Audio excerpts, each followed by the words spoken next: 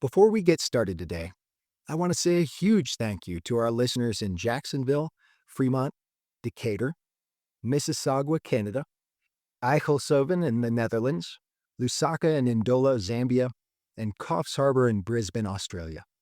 We couldn't do it without you.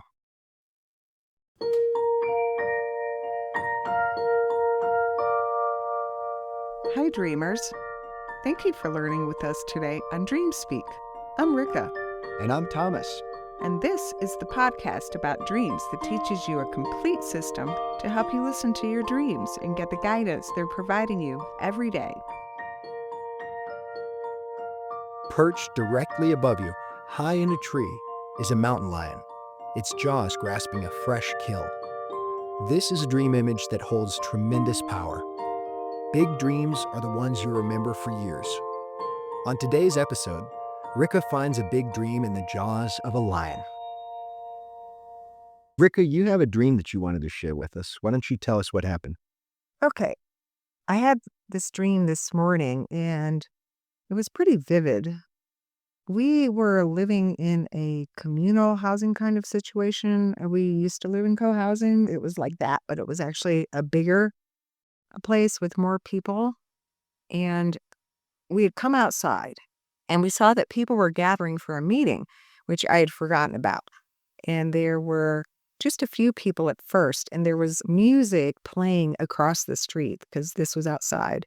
And I was like, nobody's going to be able to hear anybody, and we need to do something about it. But somebody else already realized that they need to do something about it. So they took care of that and got the music turned off temporarily. And then more and more people started to gather. And I really felt like, because of something that had happened earlier, that I wanted to be the first one to speak at the meeting, that I had something important that I wanted to share. And I guess I'll tell you now what happened earlier, and then we can go on with the rest of the dream. So you and I were going outside for a walk, and we had just gotten outside of our building, I believe, and you said you saw some blood, and I looked down on my foot, and it might have been on my toes. I don't know if I was wearing sandals or what, but what I remember was this blood dripped on my toes, and there were 3 drops of blood that came down. And I looked up, and I saw a lion in this tree above us, and that really startled me. And at first I thought it was like an African lion with a big mane, but I was like, that doesn't make sense. It's got to be a mountain lion because we do have mountain lions here where we live, and we don't see them very often. They're pretty stealthy, but they are around. And so I wanted to go back in the building because I was scared of this lion, being so close to the lion. And when we were starting to walk back to where we could go in the door, I saw the lion sort of leaping like from one tree to the next. And I could see his long tail like a mountain lion has. And I think he had captured something in his mouth. And that's where the blood was dripping from, the prey that he had caught. And so we went in the building, and then I wanted to lock the door because I wanted to make sure that the lion weren't coming. So back to the gathering, the meeting, and I guess this is what I wanted to share at the meeting. I wanted to let people know that there was a lion, and it was just right here, right outside, very close by.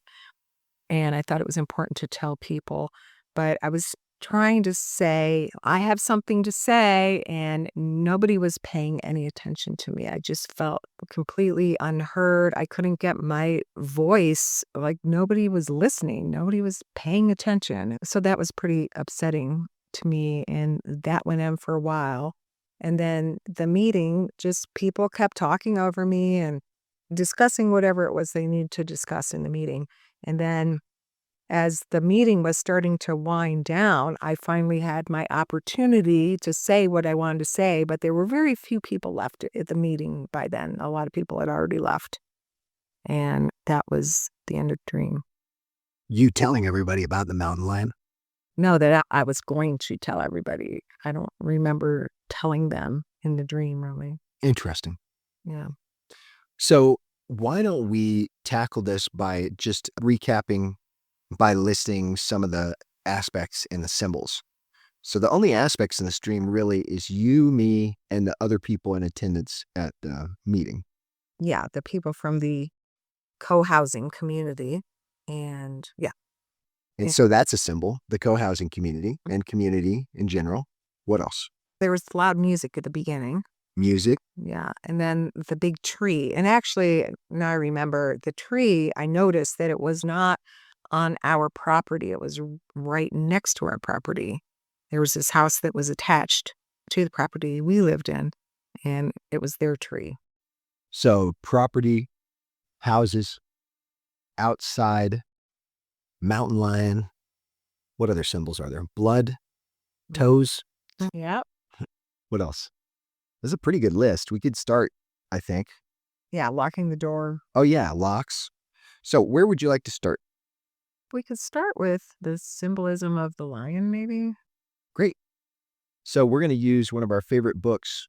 We use a book about the totemic meaning of animals, as in shamanic wisdom by Ted Andrews called Animal Speak. And we are going to talk a little bit about lions. It's interesting that you had a sense of ambiguity between an African lion and a mountain lion or a cougar. Yeah. So let's take a look here. We're going to look at the article for cougar. We could look at lion too if we wanted to. So the keynote of cougar is coming into your own power, and its cycle of power is year-round.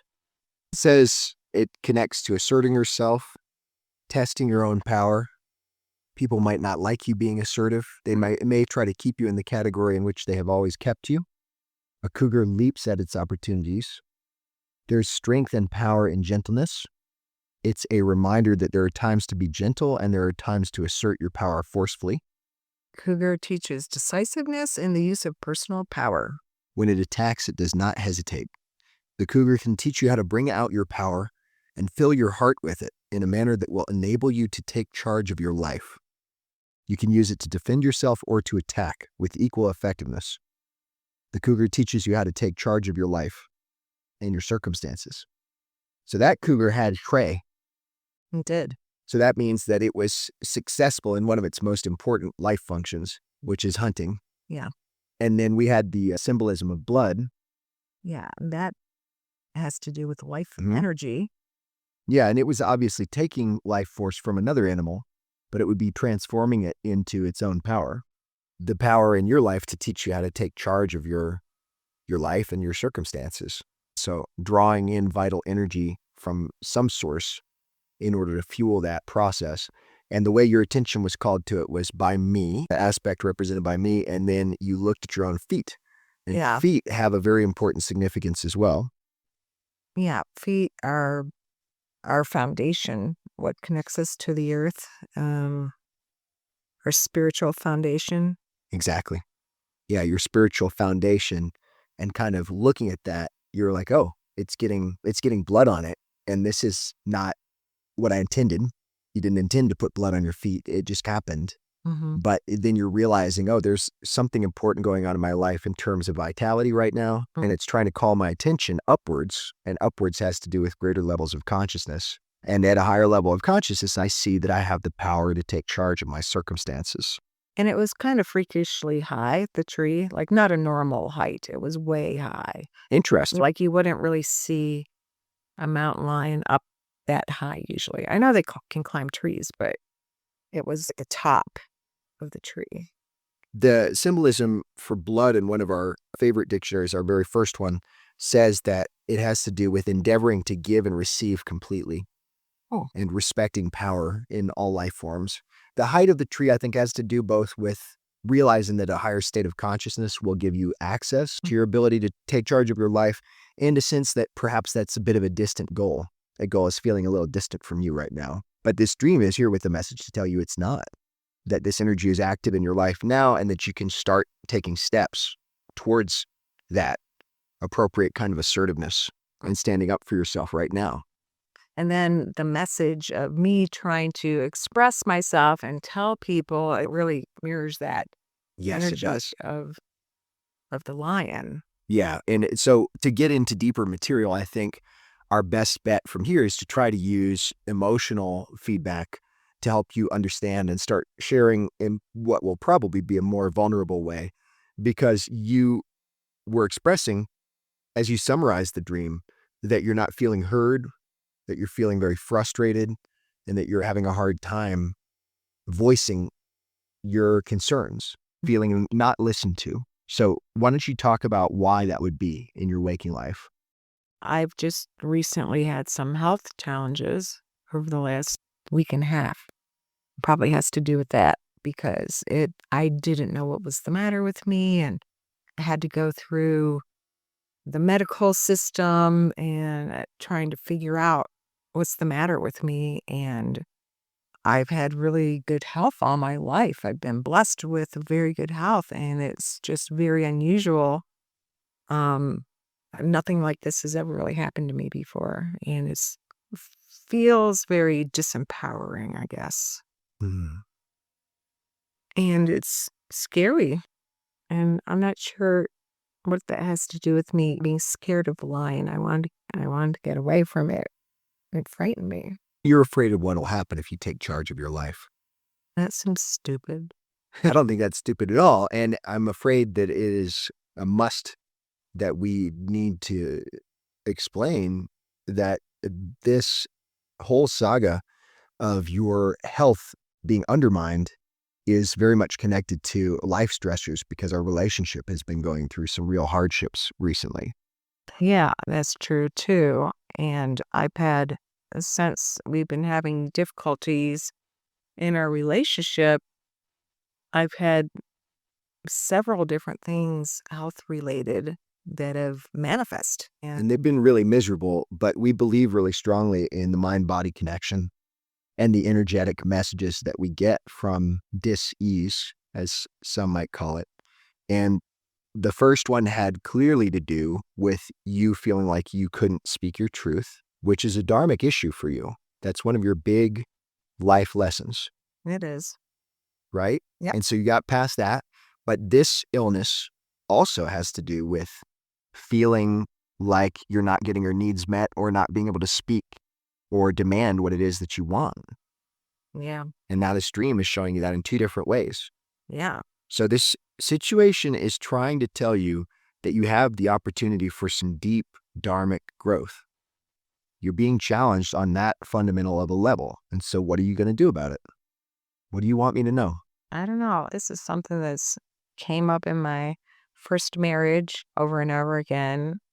My ex would make a decision about what he wanted for his career and his life, and I had to just follow along. And it wasn't that that was necessarily a terrible thing.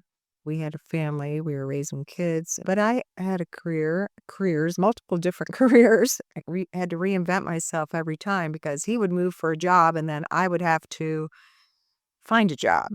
But now you're not sure what it is that you want. You want to make a change. And I'm not sure that I'm going to want to make the same change that you're going to want to make. And we have to figure it out together, what we can both live with, or what we want to live with, or how we want to compromise. Or if we can compromise, Right. which is the really scary part for both of us. Yeah. Because the message that I'm getting from your dream, and knowing you as deeply as I do, is that perhaps as your developmental stages have elapsed and you've gone through your life stages, that when you were younger and you were a mother, that was so salient in your life that it was totally okay with you, totally acceptable to essentially subordinate your own needs to the picture of the family that you were creating with your first husband, because your biggest need was to be there for your children. That was what you really wanted, is to be able to be a good mom and to just be there for your kids and do the things that you felt were important, which you obviously did a beautiful job with. And so that was like a big set of needs. Yeah. And so the other things could take a back seat. But we've seen strong indications that as you're getting into the life stage that's more about wisdom, that maybe that's not what it's all about for you anymore. Maybe there's been a gradient where it's changed from you being willing to subordinate your needs to another person or a bigger cause or compromise to where that's not really what's right for you anymore. Oh, Maybe your needs are supposed to come first wouldn't that be something? for once in your life. Mm, I think one of the big challenges for you has been that you haven't really understood what your needs are very well over the years. that's true. Yeah, I admit that. It's not, of course, it's not meant as a criticism. It's just a reality. That's just something that we've seen from several different perspectives over the years, that it's hard for you to understand yourself that way. Yeah. But one thing that you know is that your spiritual growth is a need. Yes. And the ways that you would like to spiritually grow and spiritually study, that's one area that you know that you have needs, Yes. where you can probably really till the soil metaphorically and figure out, how do I want to do this? But you're still waiting for my lead, right? I'm waiting for you to figure some things out for yourself. Yeah, and maybe it's time that you need to stop waiting. Maybe. And part of what I'm telling you is I may not be willing to wait that way anymore. Part of what I'm telling you. No, I'm telling you that You may not be willing to wait for what? for a compromise. If I learn to understand certain things about myself, I may just want to meet those needs, full stop. And I'm looking at you and feeling very curious about what kind of needs you might have that you don't feel that you can compromise on. I think both of us have come into a model of marriage that is based on compromise. And now, do I think that is inappropriate? No, absolutely not. I think that has been a really wonderful method for us to intertwine our lives together. But I don't know if all those twinings are supposed to stay twined. We may be wanting to unravel some of those and look at those strands and see if some of those maybe should be separate.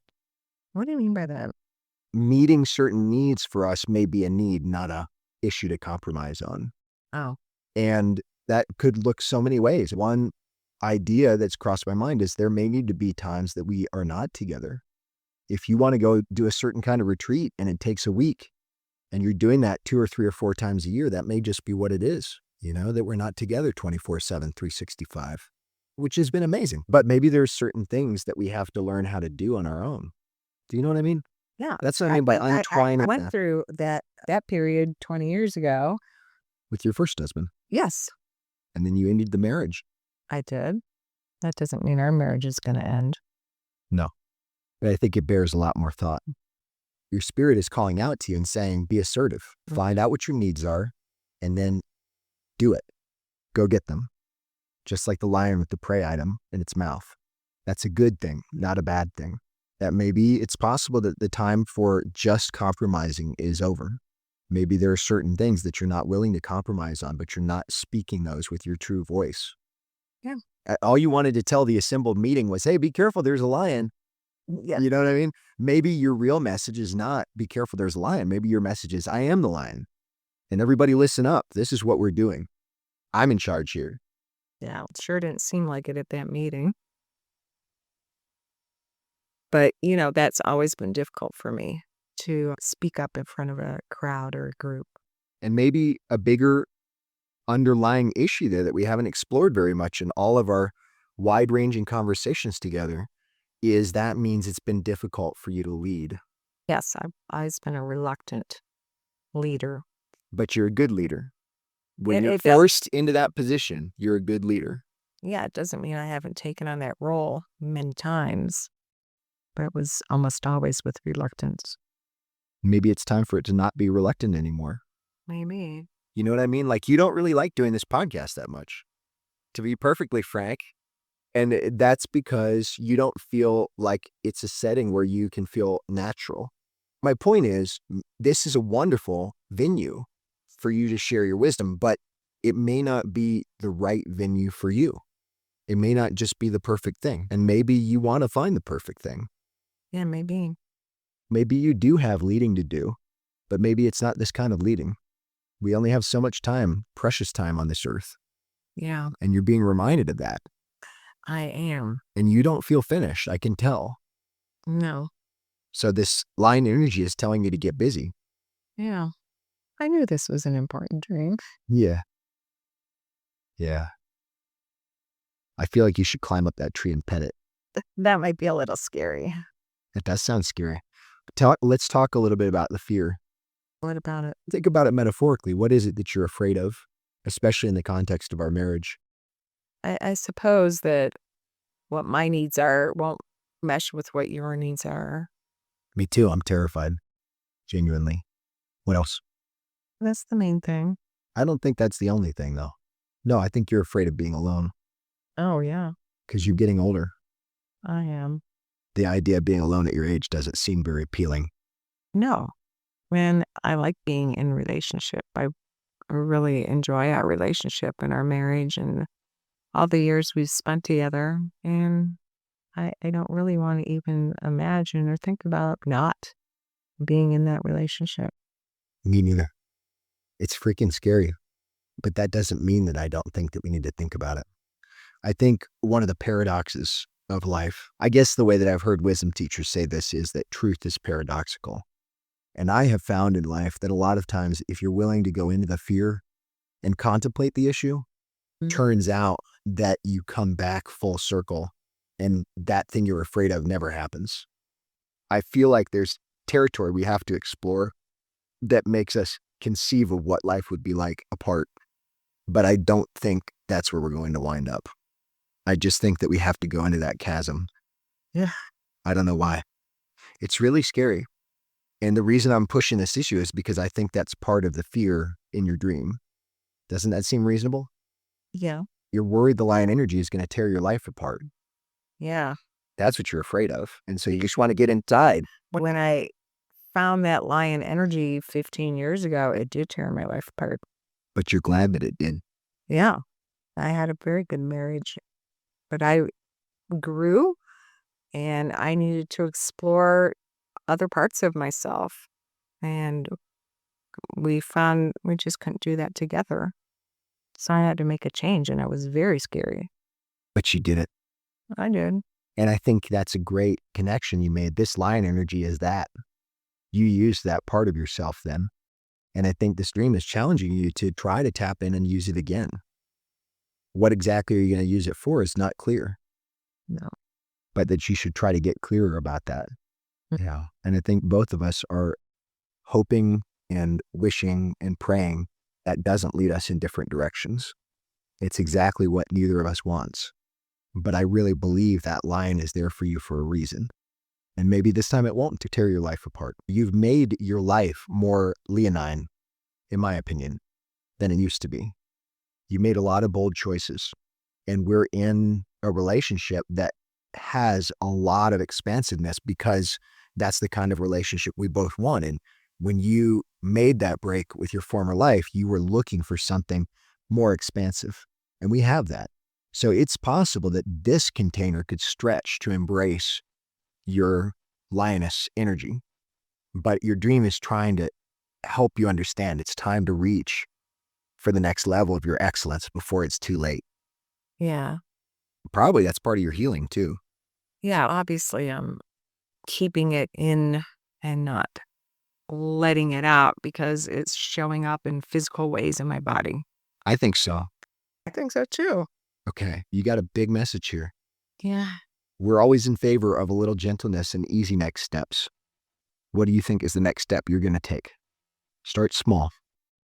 I'm taking a class right now that I wanted to take, and I'm wanting to look for things that will bring me growth in a way that I want to grow. So I think I can just continue to do that. Me too. What about asking for more information? Do you feel like you need more information at this time, or maybe you have enough information to get started? More information is always helpful, and I always ask for information every night, you know? Yeah, but there's something very specific here for you that could give you guidance for a long time. One thing that I do in this situation, especially when animal energies that are really potent like this show up, is I ask for God in the way that I feel safe with to help me embody that energy more in my waking life. Yeah, I can ask the lion to be my friend and my totem, my guide. And maybe the lion will have some opinions on what you should do next. Yeah. Yeah, that's a good idea. You could also try bringing the lion into your waking meditation time and seeing what insights come from that. Yeah. I wonder what animal it had in its mouth. Good question. Yeah. This has been maybe even a big dream. Maybe.